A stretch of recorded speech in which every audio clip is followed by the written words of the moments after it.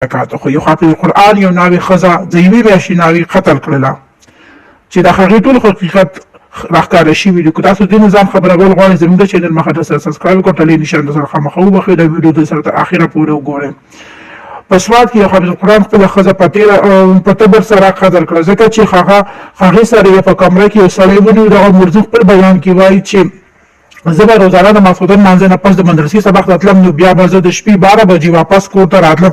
نو مور به مې راته ویل چې بچیه ځان سره تبر وله ځکه چې لاره کې سپي وي، نو ما به ځان سره تبر ولو. په دغه ورځ چې زه کور ته راغلم نو د بهر ګیټ کولا او د کمرې دروازه نور کله کولا وي او په هغه ورځ د کمرې دروازه خو بنده وه.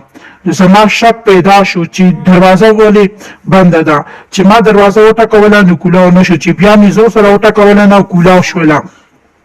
چې څنګه زه دننه لاړم نو هلته په کمره کې مې ښځې سره یو سړی و چې هغه په ما ګزار کولو، نو ما د هغه نه مخکې په هغه باندې تبر سره ګزار وکړلو او په سر مې وخوړ او قتل مې کړو او ورسره ښځه مې هم قتل کړله. دا مرجل خپل بیان کې وایي چې ما د غیرت کار کړی دی، که زما په ځای بل څوک هم وی نو هغه به هم دغه شان کولی. که دا ویډیو مو خوښه شوي زموږ د چینل مخه ته سبسکرایب کړئ، ټلې نشانه در خامخا ووهئ. والسلام.